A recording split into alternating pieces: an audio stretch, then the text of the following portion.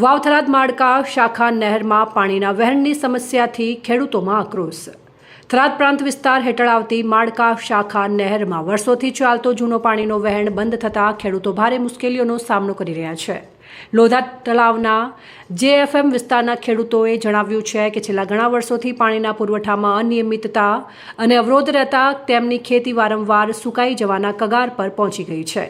ખેડૂતોનું કહેવું છે કે વર્ષ 2017થી લઈને હાલના વર્ષ 2025 દરમિયાન અનેક વખત પાકમાં ફૂંફસનો ભોગ બનવો પડ્યો છે।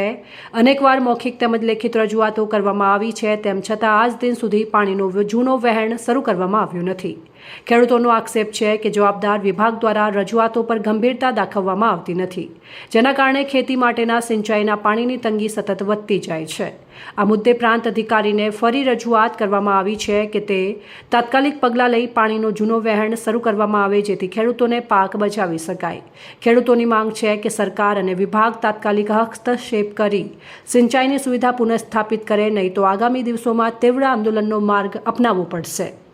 અમે ગામ ડોડગામ તાલુકો થરાદના વતની છીએ।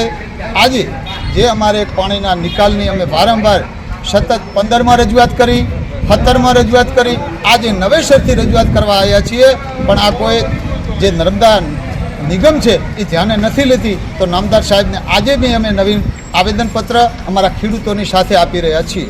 હવે વાત અહીં રહી કે અમારું ધ્યાને ન લેવાનું કારણ કે જે બોળા પાણીની વાત છે એના સિવાય વહેણ અલગ છે। એક કેટલો નંબર છે? 50? હા, 52-50 ગેટ છે। નર્મદા માળકા શાખા છે એનો 52-50 ગેટ છે, એના આગળની આ વાત છે। એટલે આ વાતને ધ્યાને લેવા માટે ફરી અમે અમને ધ્યાન દોરવા આવ્યા હતા નામદાર સાહેબને અને નર્મદા નિગમને। અહેવાલ બાબુ ભાટિયા, સંબંધ ભારત ન્યૂઝ, થરાદ।